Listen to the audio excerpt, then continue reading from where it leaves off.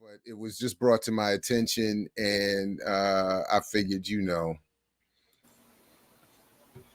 kind of piggybacking off where we were last week, that we might want to start in with any of this. But before we do, let me just ask you both, just in general, again, how you all are doing, what's been up on your platforms, what's coming up on your platforms, or anything else. So for me, what's coming up on our platform, we have episode 3 of Where Are They Now? It's going to be on Tuesday, featuring Yusuf Bunchy Shakur, and we're going to be covering Active Transportation Company out of Louisville. Ironically, the parents of Allen Houston, the NBA star, his parents had a company that pretty much tanked, but they were saved. So we're going to kind of talk about that. And then Sunday I'll be in Charlotte talking to some nonprofit leaders, from Black nonprofit leaders from different groups, kind of helping them realize that their solutions are ameliorative at best. So that might be a tough, interesting conversation, but that's about it for me. What about you, Brother Diallo? Well, Monday on my Monday morning local indie radio broadcast here in Chicago, Q4 Radio, I'm going to be talking about Free to Be Oppressed, women and religion, and how, because, just dealing with, women are fighting to wear the hijab, and women are fighting to maintain their reproductive rights and theocratic rule, and why, even though most Abrahamic religion are misogynistic to the core, why women tend to still embrace these religions and hold to them even more aggressively than most men in most societies, the West and the East.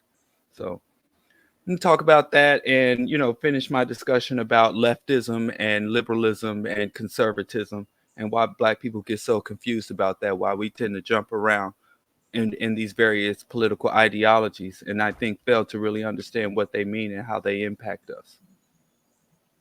So just light work, in other words, is what you're saying. Yeah, you're just getting into some ramblings light, of easy. a madman. Just the ramblings of a madman. Definitely look forward to that. And that just reminded me of a comment that we got from last week's show that I meant to ask you all about,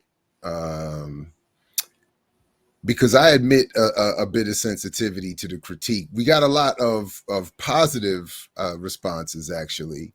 So I know the tendency is to focus on the criticism and not the positive. So I do want to shout out, and recognize that it's not all criticism. But I don't think I'm finding it right now. But the short of it is that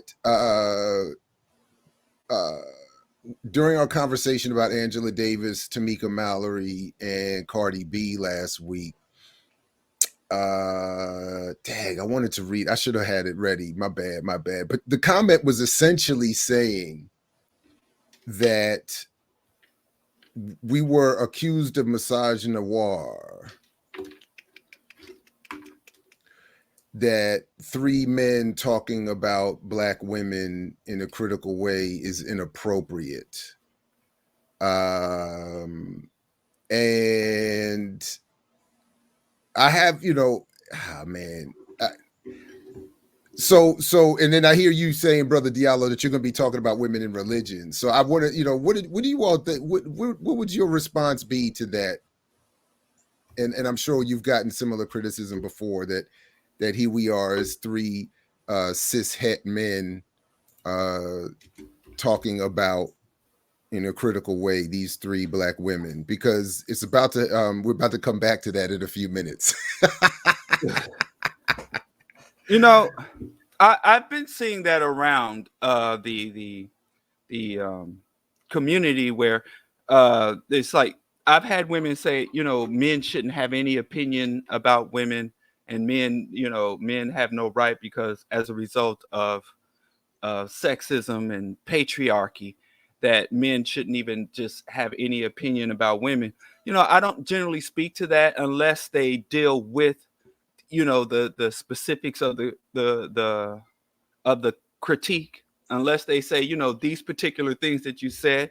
So it's a pendular society, and people go from one extreme to the next. We go from men have absolute control and domination of women to men shouldn't even acknowledge women. And then when you don't acknowledge women, they say, why aren't women part of the discussion? So I just think that's a reactionary and baseless attack, unless they say these specific things that you said were inaccurate, or these specific things that you said were sexist or misogynistic. But if they just say the fact that you have a view on a woman, or an opinion about a woman who's in the public sphere, who has a public influence, to me, it's nonsensical.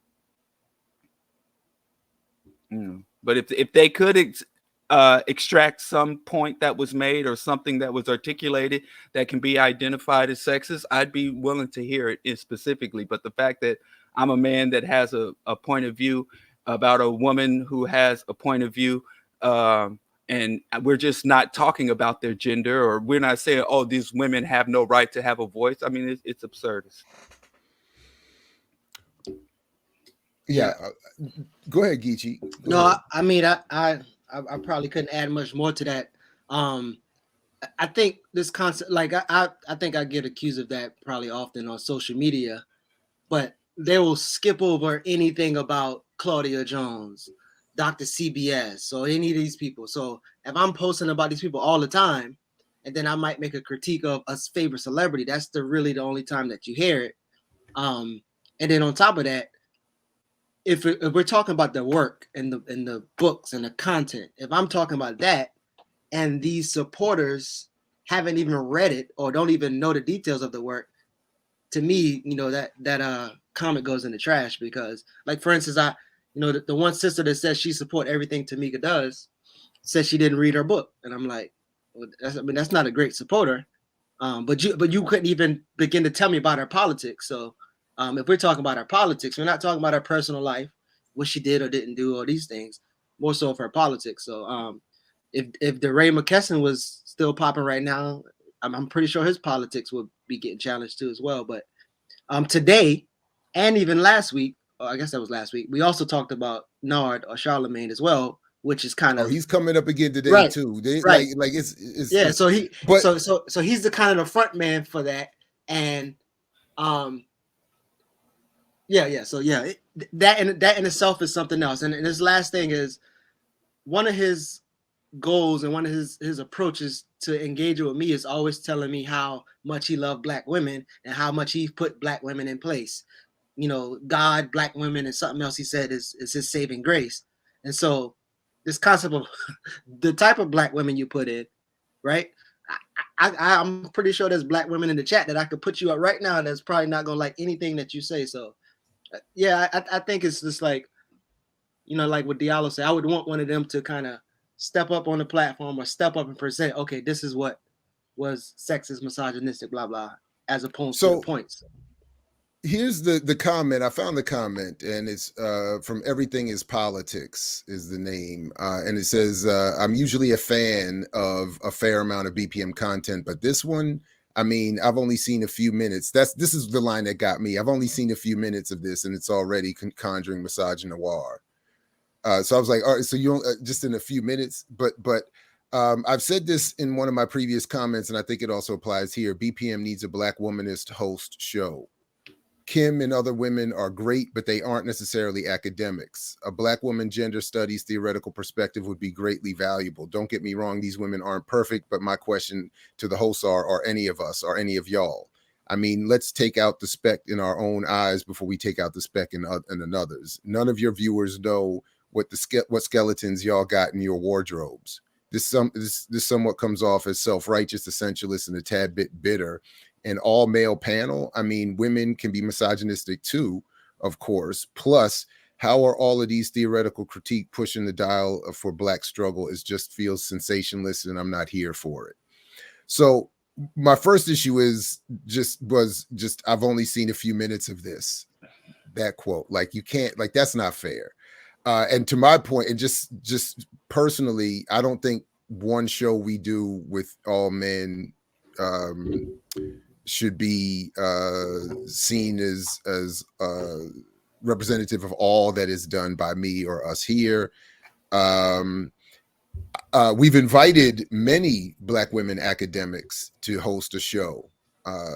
And I would invite Everything is Politics. If you or anyone you know is interested, we've even invited remixers to throw up, share a video with us auditioning to join the show. So if you have, but if you Everything is Politics or anyone else has suggestions for hosts or shows, invite them to submit a proposal at blackpowermedia.org. We're constantly looking and inviting folks.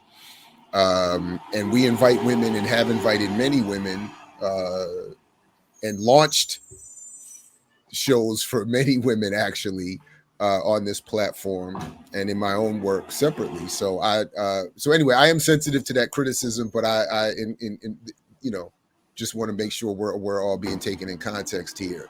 So we're also, by the way, we weren't unearthing any of these women's skeletons. We're being critical of their public political positions and platforms. Nobody's digging in people's personal businesses. And then lastly, I think theoretical critique is important. I think so much of what we're doing is unclear ideologically and theoretically, and therefore leading us in confused directions. So anyway, by the way, that comment started its own conversation where there was pushback against that comment. And so I appreciate all of that. But I did, anyway, wanted to bring that just quickly to our attention. I also want to thank quickly Coco and Free 60 for dropping in those super thanks, which is a new feature BPM is qualified for. So once a video has gone up and it's not live anymore, you can hit a super thanks and, support the show. And we appreciate that. So anyway, that was it. Anything else before we move on? And yeah, anyway. But in general, I'm all for it. I would love to get some more sisters up here and just people in general, doing shows and bringing more theoretical and other perspectives. So I'm all for it. Anyway. All right, fellas. So this story I just got sent to me on Twitter, I think late last night, early this morning.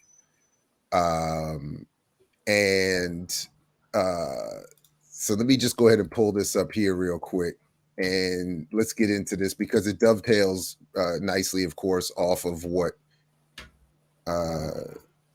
we were talking about last week and already starting with this morning. And involves some of our favorite folks who are out here doing the work. And let's see. Nope, that wasn't it. Oh, my bad. Front line. Hey, you know what? You should probably do this one because it's updated with some new catchy words of now they covering the RICO charge too. So. Which one? The one you sent one. Yeah. Okay. Yeah. Okay, I'll start with that then. I was gonna just first of all, let me just start with what I saw, and then I'll pull that one up. The first one was just this tweet that I got. The social justice arm of Jay-Z's record label, Rock Nation, has convened a coalition of social justice leaders from various industries for a summit that is set to take place this summer amid the midterm elections in the U.S. So between this and then, of course, we're going to come back and talk about this all throughout the platform in more detail later, but there's the coming Black Power Summit as well. So we have Black Power summits, we have social justice summits, we have a lot of stuff going on that I think does need some theoretical critique and intervention. But so anyway, so this was the story. But the summit is set to take place this summer amid the midterm elections in the U.S.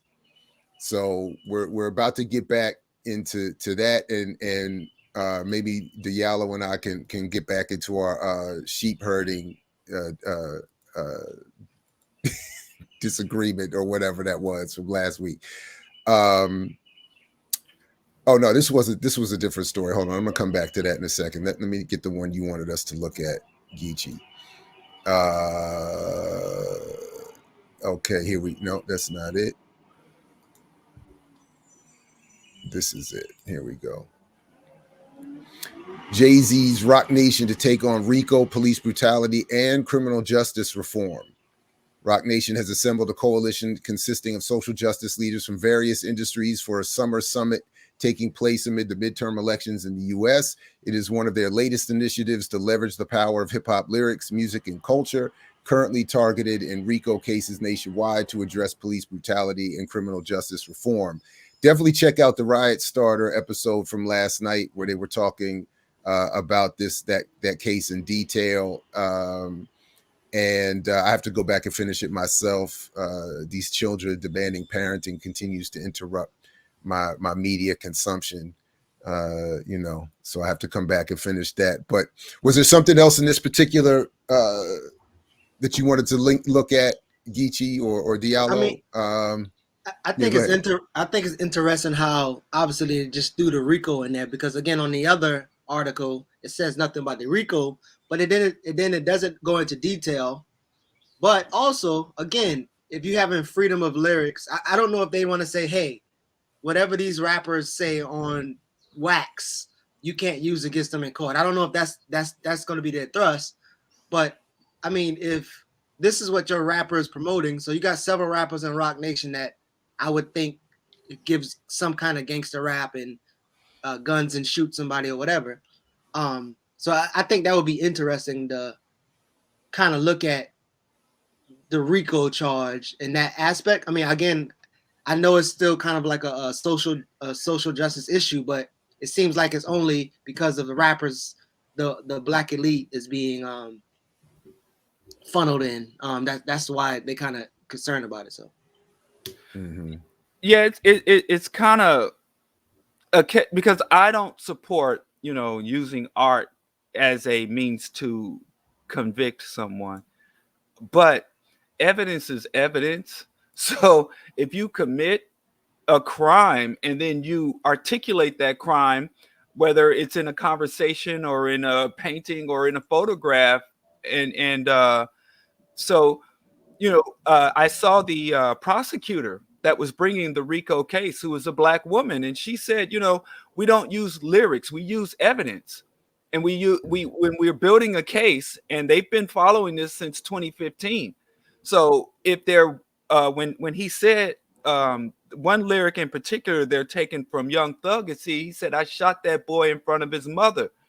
And there was a rival, a gang rival.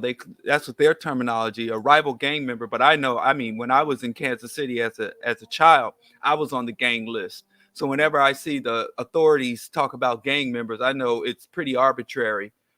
Just being poor black living in a certain area will qualify. I wasn't in a gang. So anyway, there was a gang member who was shot in front of his mother, and they're building a case, and they got material evidence. They got, logistical evidence. They got confessions and snitches, and they got a lyric. I mean, is that to be used as evidence? It no longer is just a rap lyric. A kitchen knife is no longer just an instrument in your kitchen. If it's involved in a homicide or if it's connected to a crime, it goes in the little baggie.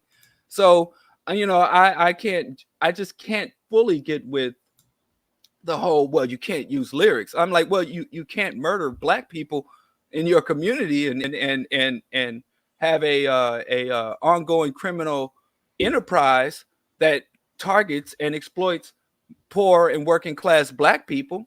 So I don't think they should use art in against the artist, but I don't think they should deny themselves any evidence that's available to them. Because me personally, when I'm measuring the worth and value or relevance of an artist, I look at their lyrics and say, well, this is the kind of garbage that they are pushing out to the people. So it's not necessarily a social justice to me. To me, it's a criminology thing, you know, and lawyers have argued. They've outlawed using rap lyrics in New York because of Jay-Z. But if it becomes evidence, who are we to denounce evidence and when there's a black life, you know, at stake? Right. Well, yeah, I mean, go ahead. Well, one more thing. So, ironically, I text this in the private chat. When we focused on Jay-Z and not JC, John C. I think his last name Malone, right? John C. Malone is the biggest landowner in the U.S. He controls a lot of Atlanta because he owns the company that owns the Braves, right?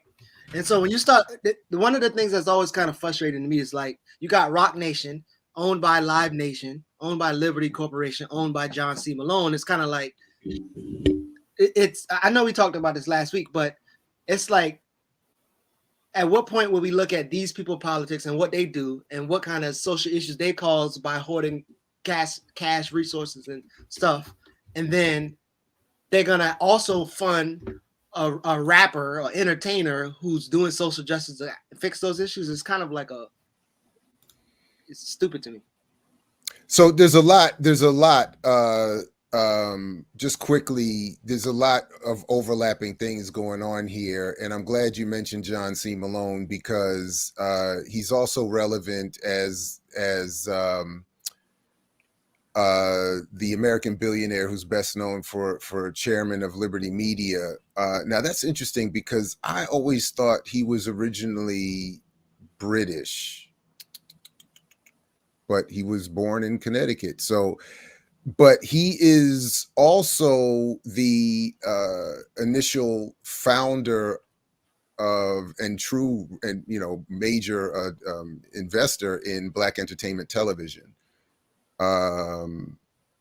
Once upon a time, he gave. I'm trying to see if they mentioned that in here. He gave $500,000 to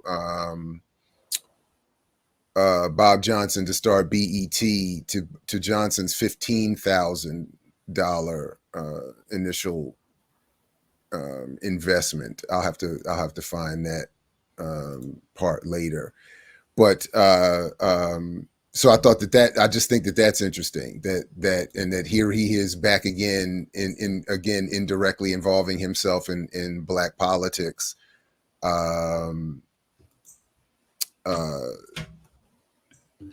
Through this, I'm just trying to look this up real quick.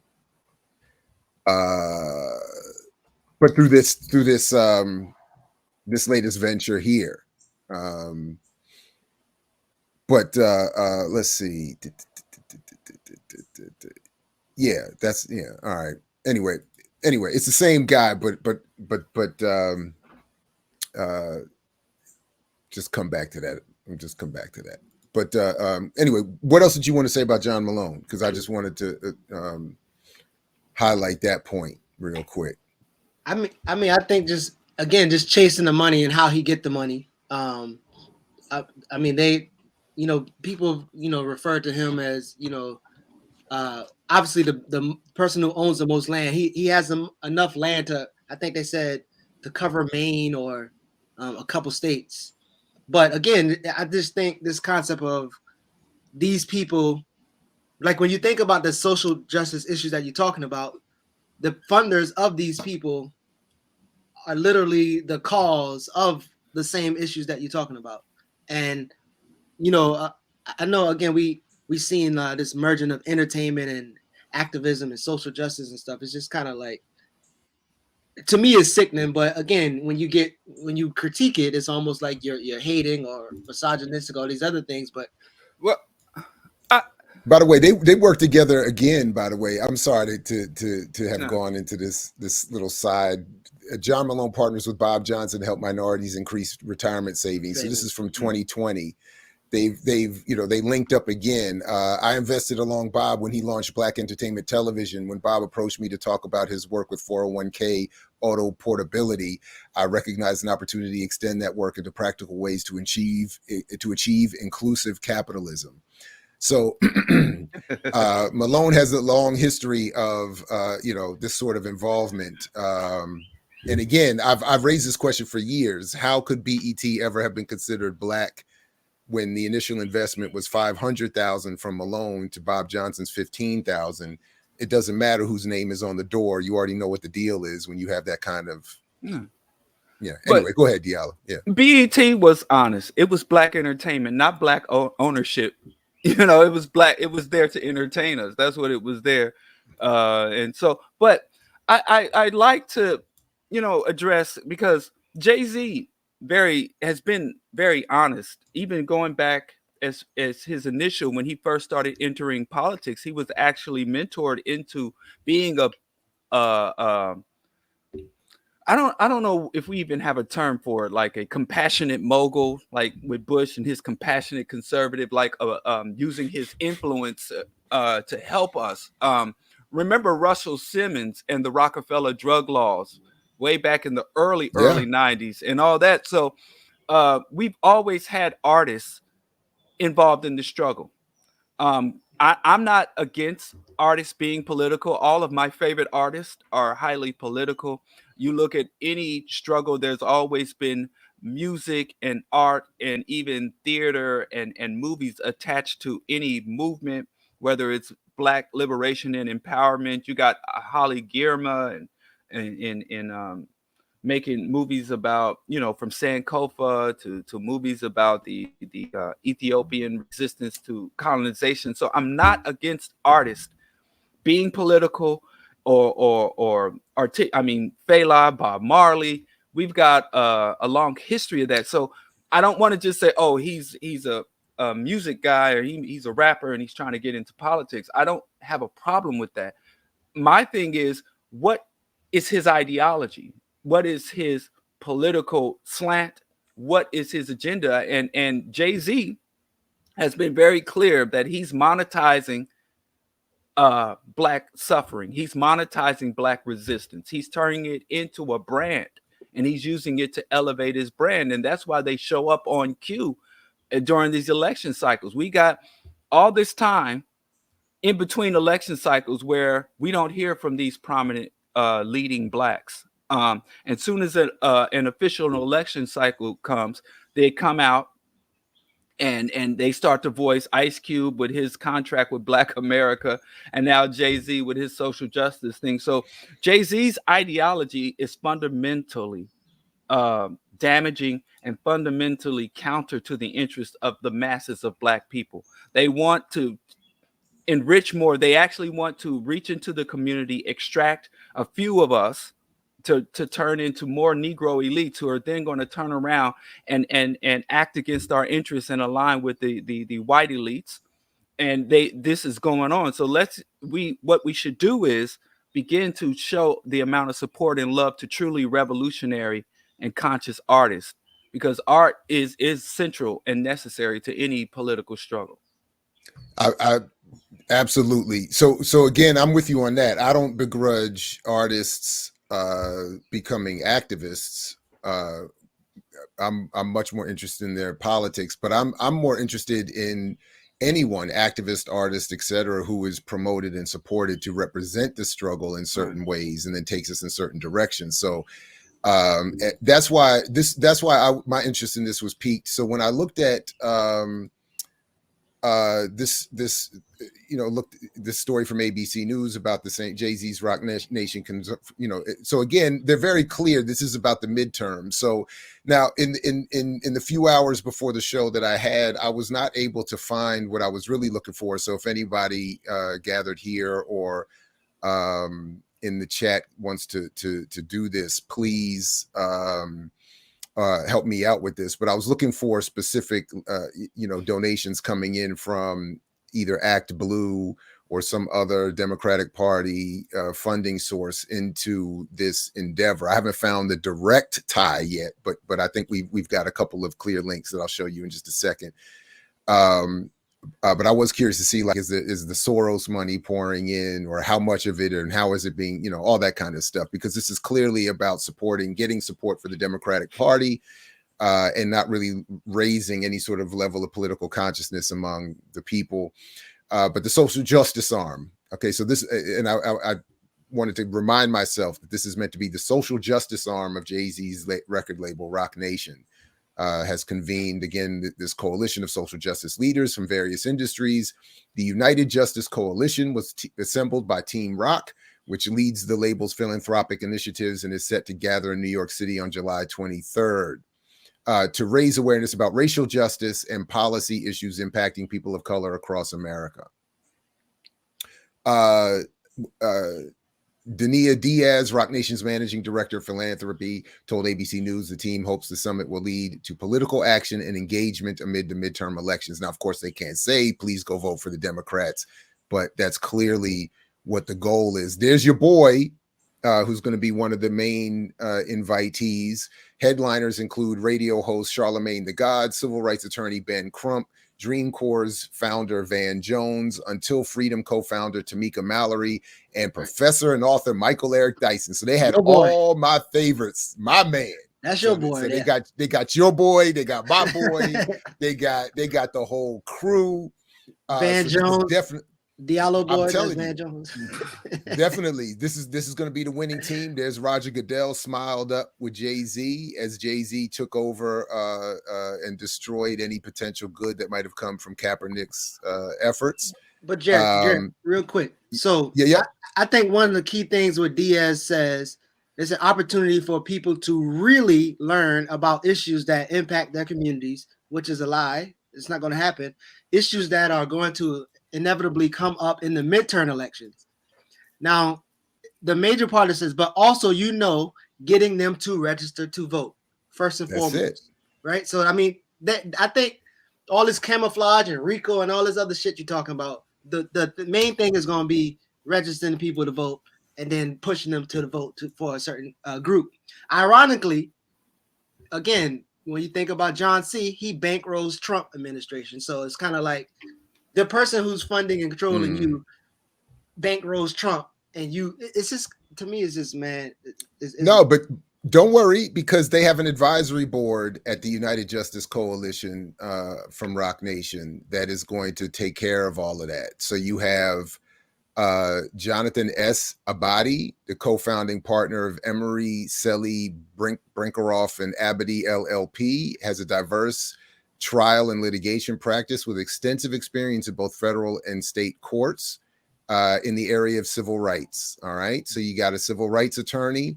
You've got the assistant executive director of external affairs for the NFL Players Association in George Atala.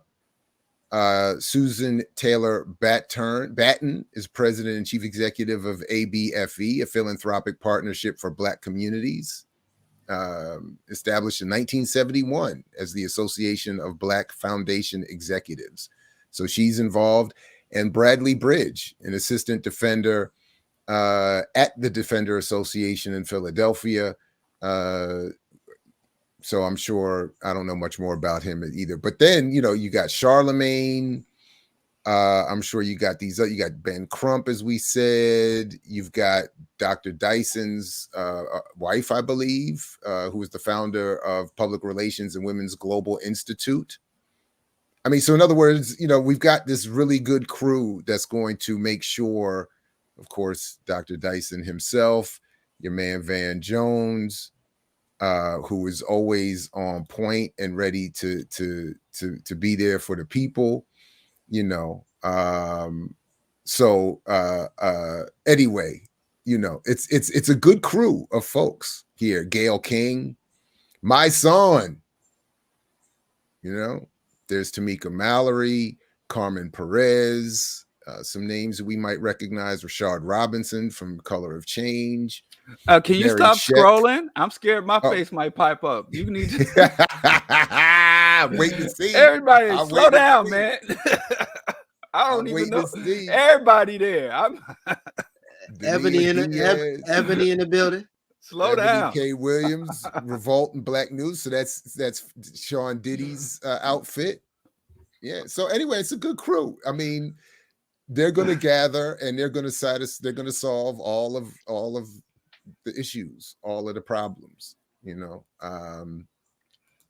And just in case if you were, you know, so again, this is what I think is slick about all of this too. I mean, because when you look at their work, the work that their collective is involved in, you've got them in, you know, working against murder, sex trafficking, and rape with Kansas City, Kansas group. You've got a George Floyd open letter to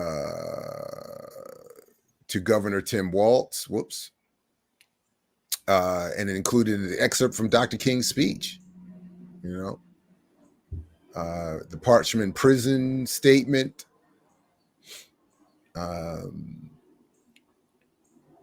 you know, support for John Adrian Velasquez.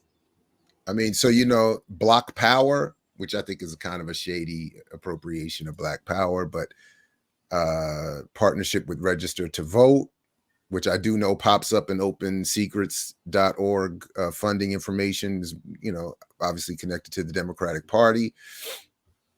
So for me, the issue, you know, like one of the issues at least is that you have the presentation symbolically of them being engaged in issues that are obviously important, that are obviously emotional when it comes to incarceration, sex trafficking, etc.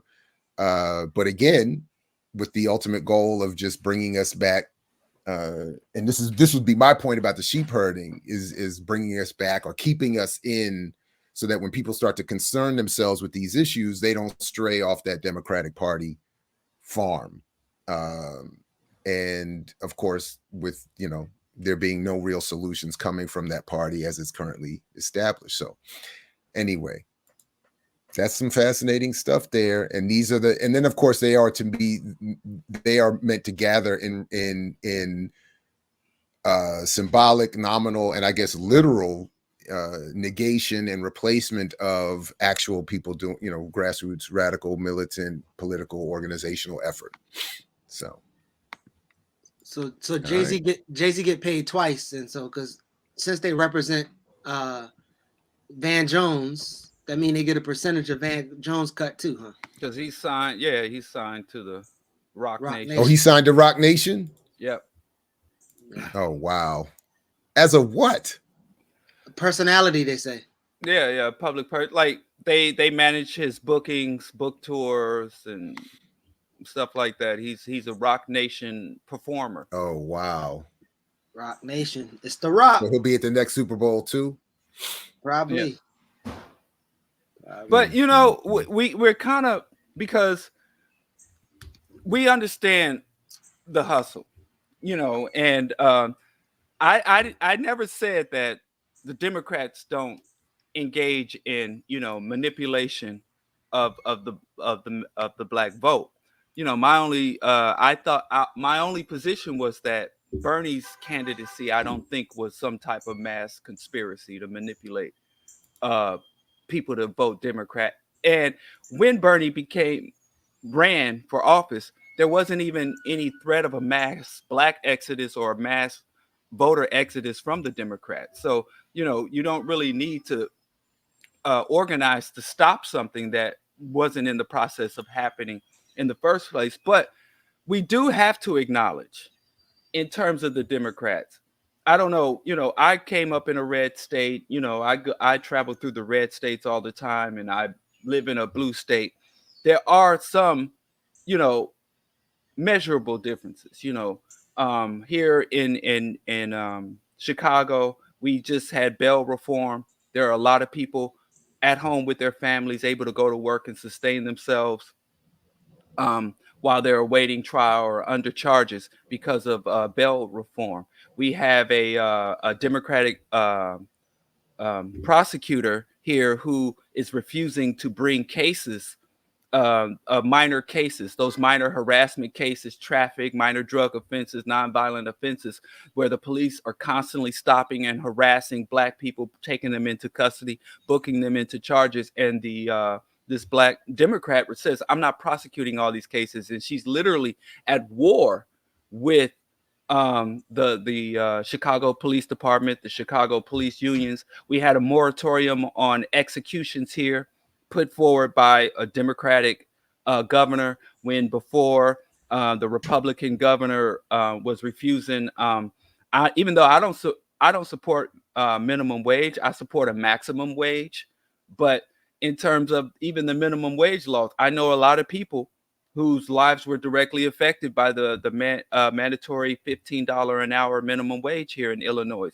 So I think, as opposed to outright rejecting the Democrats, I think we do have to acknowledge what they do in the immediate impacts that they have on people's lives, and how various election cycles can bring hardship and calamity to Black people, and Black people in crisis mode are just trying to have some level of relief or harm reduction. I think when we start to acknowledge and engage that, I think we'll have a better argument to offer more radical solutions to the community, as opposed to saying, I don't like these Democrats, and the Democrats ain't doing nothing for us. And we got grandmothers out here to say, my grandson is out of jail because of Democratic policies, or I'm getting some type of health care or welfare because of Democratic policies. So it's not as simple as they're both bad or they're both the same, and so we should just forget about them both. No, I hear you, and I appreciate that. And just to clarify, my point is in some ways similar to yours, in that what I'm advocating in with I'll just keep coming back to my after party concept is sort of the initial state of political organization engaged or developed before we engage whatever party, whatever politician, whatever race, whatever specific issue or electoral competition. So in other words, I'm not advocating in terms of the after party. I'm not saying we have to do. I'm not saying any one thing is right. Breaking with either party, developing an alternative party, supporting third or alternative parties, becoming one. All of those things I think are options. My initial point is that whatever we do has to have an original sort of political state of nature, kind of, that we have developed before we engage. So none of it is just blind, So but to the point also that we also don't get deluded because a few grandmothers or individuals are supported here and there by the Democratic Party into thinking that overall that they are to be expected to do that, or that they could be expected to do more, or that without that sort of arranged level of organization that we have to establish will be able to take place. So so in terms of the sheepdogging, I'm not saying that there was a mass conspiracy to put Bernie up there to stop something that had already begun within Black and other communities. What I am saying that it was sort of, I think it was seen as a serendipitous opportunity for the Democrats to preemptively keep people, Black and white, from leaving the Democratic Party in large numbers when they were recognizing that, starting with the second term of Obama, they were seeing that the support for Obama and the Democratic Party was dwindling, that he was losing seats for the Democrats, more broadly speaking. Support for Hillary wasn't there. So they were saying, we're seeing all these people not supporting our preferred candidates as much as we want. Let's make sure that any of that tendency is not evolved into something that might actually threaten support for the Democratic Party by not, again, in a conspiratorial way, producing Bernie, but saying Bernie is there, he wants to run, let's take advantage of this, let's let him have some space. Obviously, they were not supporting him. Obviously, he was criticized. Obviously, he was encouraged by the party to drop out, but with enough energy already established, keeping people in the party. And again, I think keeping a lot of people around who might have considered some other alternative, or who might be at this point be willing to consider some other alternative. So I hope somewhere in there was some clarity about what I'm trying to say. But yeah, that's it. Go ahead. It sounds like you explaining Jay-Z's role more than Bernie, because Jay-Z seemed like a tool to. It's the same thing. I think it's the same thing. I think it's the same. It's again, they're not necessarily placing Jay-Z in some massive control puppet, whatever. But there he is. Let's take advantage of. He wants to intervene. He wants to increase his own I don't know, platform or relevance. Let's allow that in the way that will again bring people into the party. Go ahead. I don't think that Jay-Z and Bernie Sanders have the same political ideology or the same political platform. Jay-Z, there was a famous photo of him sitting across from Forbes and that other investor guy, the Berkshire Hathaway guy, Warren Buffett. And yes, and that's where Jay-Z aligns. Yeah. That's who's influencing Jay-Z. He named his album, his record company, Rockefeller.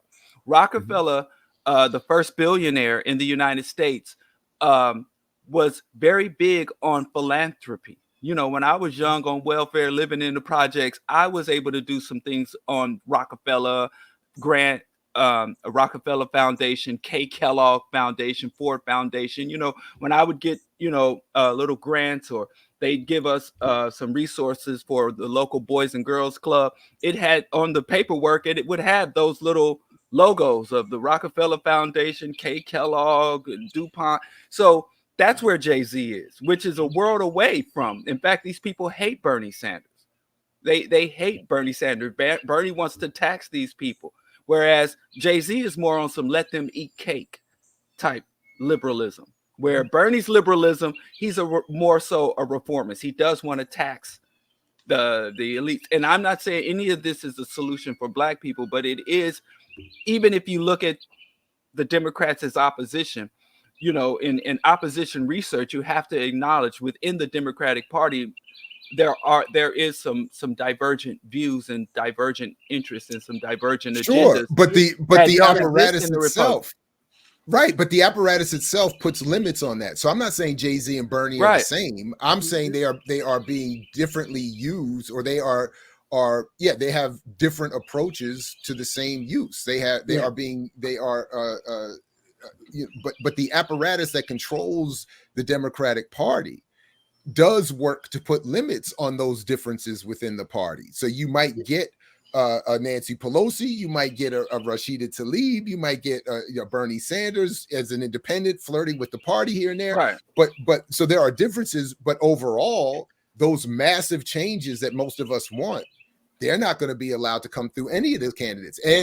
But I am saying that Bernie was used to reach a certain audience in his way. Jay-Z is being used to reach a certain audience in his way, all of which is meant to keep us from going too far off that Democratic But Party.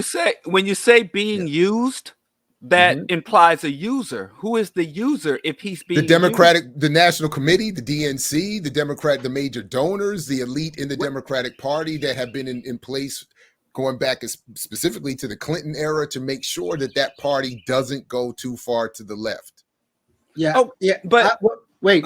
So you wouldn't say Hillary or Bernie? Well, only thing Bernie did was really like, oh, I agree with Jay-Z about the war on drugs. But you would say Hillary wasn't using Beyonce and Jay-Z?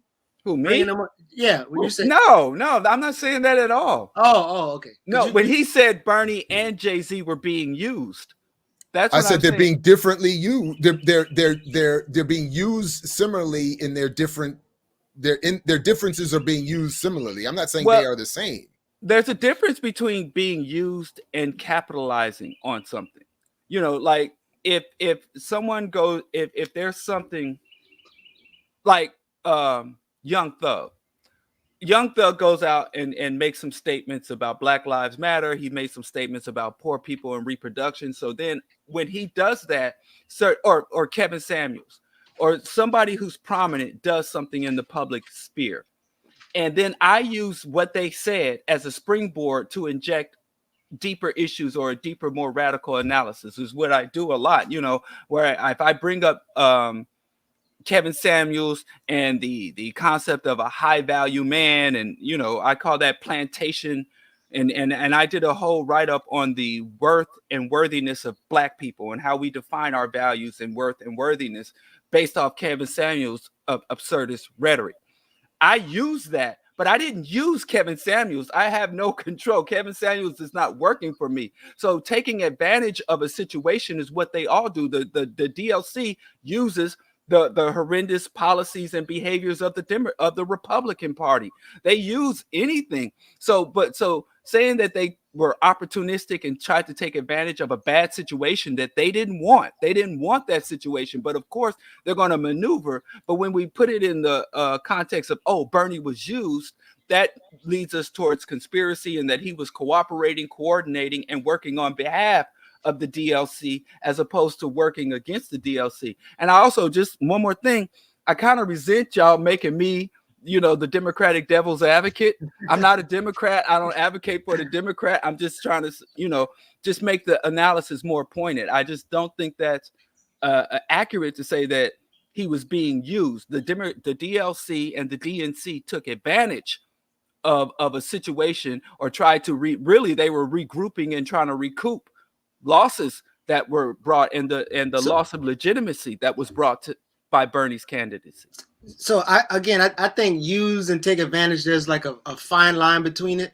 So I think Jay-Z is being used. I'm sorry to interrupt. Jay-Z is being used. Yeah, cooperating, coordinating, being directed, and checking in with them. And I think it's nothing but a win. They're not trying to have to fix or polish anything with him like they had to do with Bernie. So I get the distinction you're drawing. Again, I'm just less interested in the distinction between being used officially, manipulated, or having a politics that works so well in coordination with what those in power would want. That distinction is real, but I think less important to me. Go ahead. I'm sorry, Geechie. Yeah, go ahead.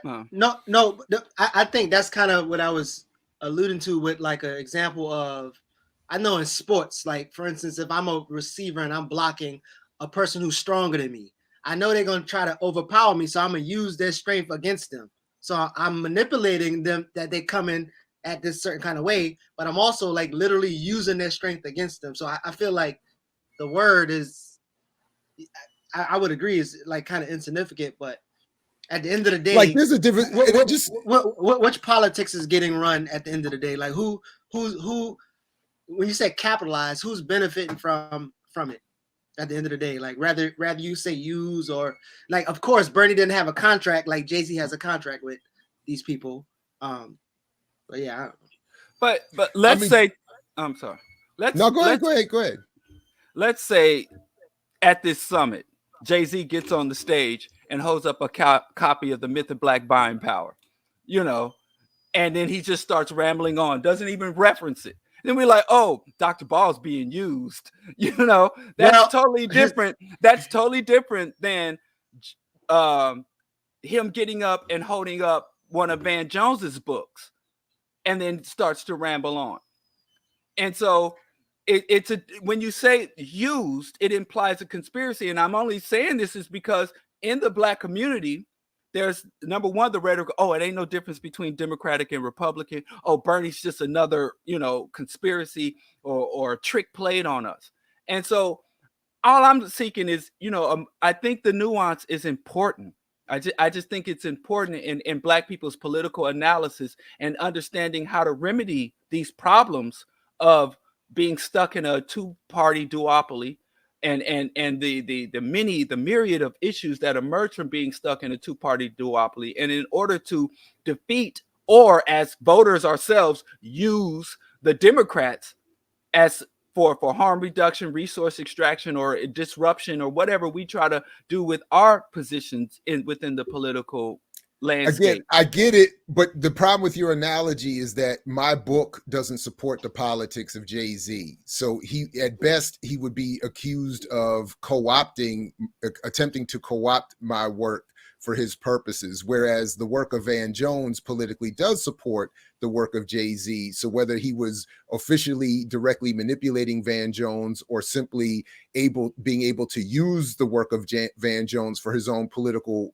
goals, it's an important difference, and I agree with you on that. But my point of emphasis is on the political alignment as opposed to who was officially manipulating who. So, whereas we can find some, like in the some evidence in the WikiLeaks drops about the Democratic Party attempting to promote Donald Trump, suppress Bernie Sanders after a certain point, et cetera, and so forth. I'm more interested in terms of my emphasis being on the political alignment of, in this case, a Jay-Z, Bernie Sanders, and a Democratic Party than in the differences between Jay-Z, Bernie Sanders, and the Democratic Party. But that's, right. But anyway, that's exactly. Go ahead. That's my exact point.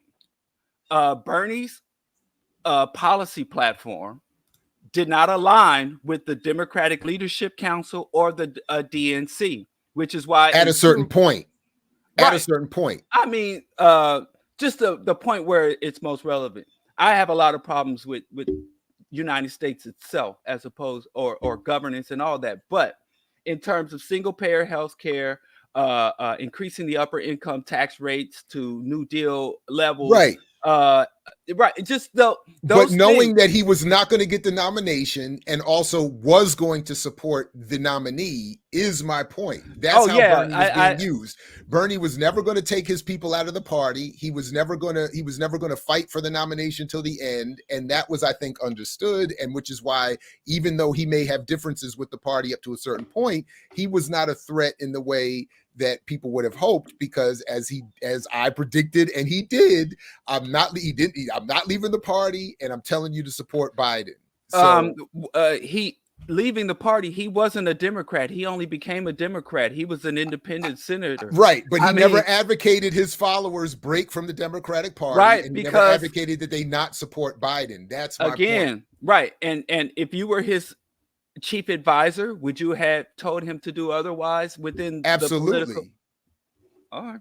And then and then he would be out there with Jill Stein, and better that. But see, that's my point. And I know we can't go on to, we got to guess it, but right. But that's my point. I would rather that this idea that you are effective in the game by staying within the limits of the prescribed game is, I think, mythology. You're more valuable to the struggle leaving and helping build the struggle. This whole thing of, I got to be on the inside is part of the myth. But anyway. Well, go ahead, get the last word, then we move on. Go ahead. That doesn't really apply to a rich old white man. It ain't nowhere he can go to get outside. He can't travel far. He's never going to be grassroots in the streets with the people. That's over. He's a senator. He's a United States senator.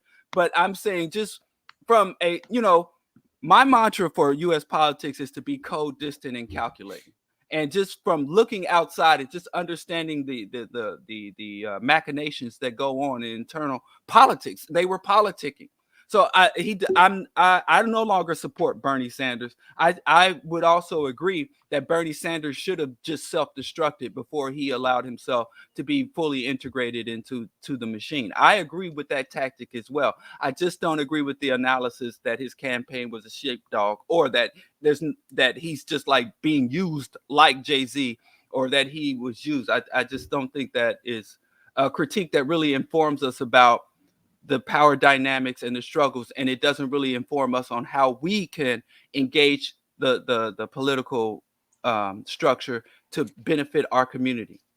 All right, Diallo gets the last word. His defense of Bernie, his Bernie love gets, his Bernie bro gets the last word. We'll be right back with our guests and talk about this educational system and is why maybe some of us have ended up in these places in the first place. Back in a quick second. I mix what I like, what I like, what I like, what I like, what I like.